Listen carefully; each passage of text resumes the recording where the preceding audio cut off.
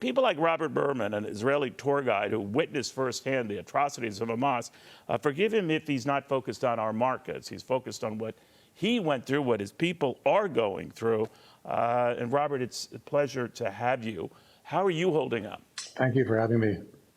I'm doing okay. Unfortunately, I just came back. There's a lot of stories of tragedy. A lot of Israelis have been killed and kidnapped and tortured and raped by Hamas. Unfortunately, I just came back from a funeral where my dear friends Mark and Debbie Ziering. Mark grew up in New Rochelle, New York, and Debbie grew up in Maine. And their son, Ayer Ziering, 27 years old, officer in the IDF, Special Forces, got called up Saturday morning, went down south, found a settlement infested with these terrorists, put together an ad hoc unit, went in, and in the process of killing the terrorists, unfortunately, Ari got killed. A really unfortunate thing. So I just came back from the funeral, and that's really, really sad. There's many stories like that.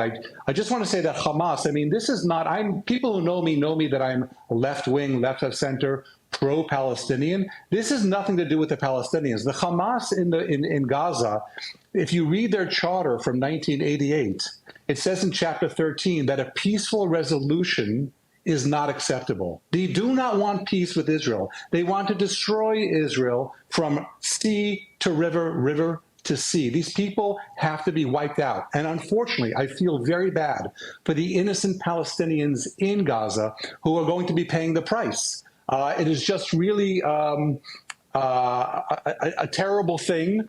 There is no, during wartime, you don't have surgical operations, and there's going to be a lot of pain and a lot of deaths of innocent people, and I feel bad for it.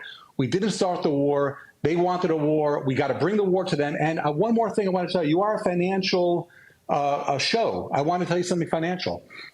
They now have about 200 Israeli brothers and sisters of mine held hostage. Well, I've been working the phones, and I have been getting commitments, and I've raised money in a fund.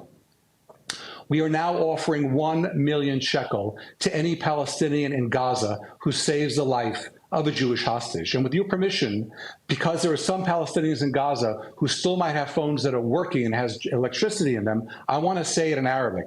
Kol wahad fi Gaza, kul Falastini fi Gaza. Biyinkis haya Yehudi ba'ati million shekel. They will get 1 million shekel if they save the life of an Israeli, and that's the least that we can do. But this, what's going on here, is just awful. And these people, they don't represent Islam. Yeah. I know sheikhs, I know Islam, I've read the Quran. They don't represent Islam, and they don't represent the Palestinians. I want a two-state solution. I'm pro-Palestinian rights. These guys, Hamas, have nothing to do with them. They're part of Iran. Hamas and Iran need to be taken out yesterday, not tomorrow, not today, Hamas yesterday. Has had that control, right, in the Gaza region now since, what, around 2005, 2007. 4 wars, incursions have erupted in that time. It's a foregone conclusion, I would imagine, Robert, that Hamas will have nothing to do with that control from here on out.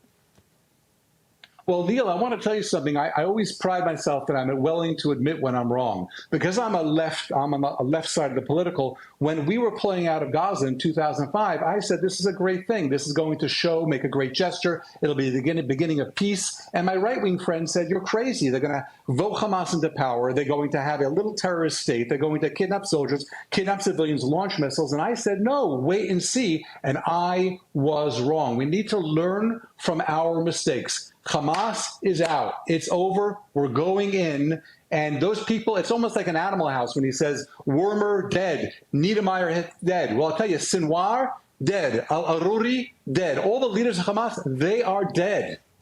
Do you think, real quick, I know you're not a market guy, nor should you be at the time like this, but that the markets are up in reflection. It's a different environment and world than it was 50 years ago. Whereas the attack on Israel back then generated very little sympathy, certainly in the Arab community, and prompted an oil embargo and the rest that would affect all the Western powers, the United States among them.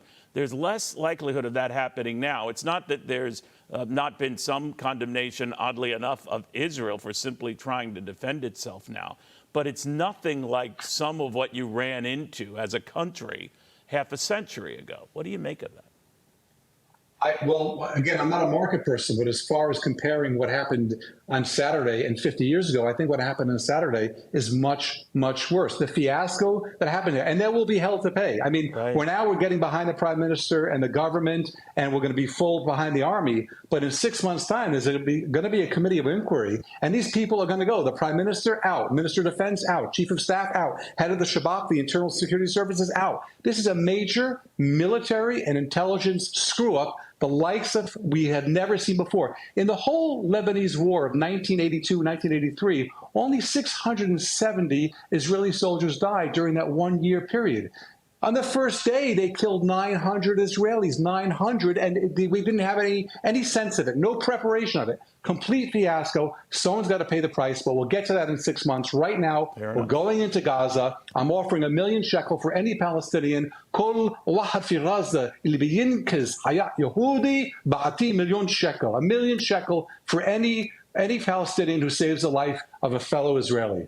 All right, we'll watch it very, very closely. Robert, thank you. Your passion is quite obvious and understandable. Robert Berman, a witness to so much of this horror. And as he said, this really doesn't delve into politics, whether you're on the left or the right. What's going on here is just wrong.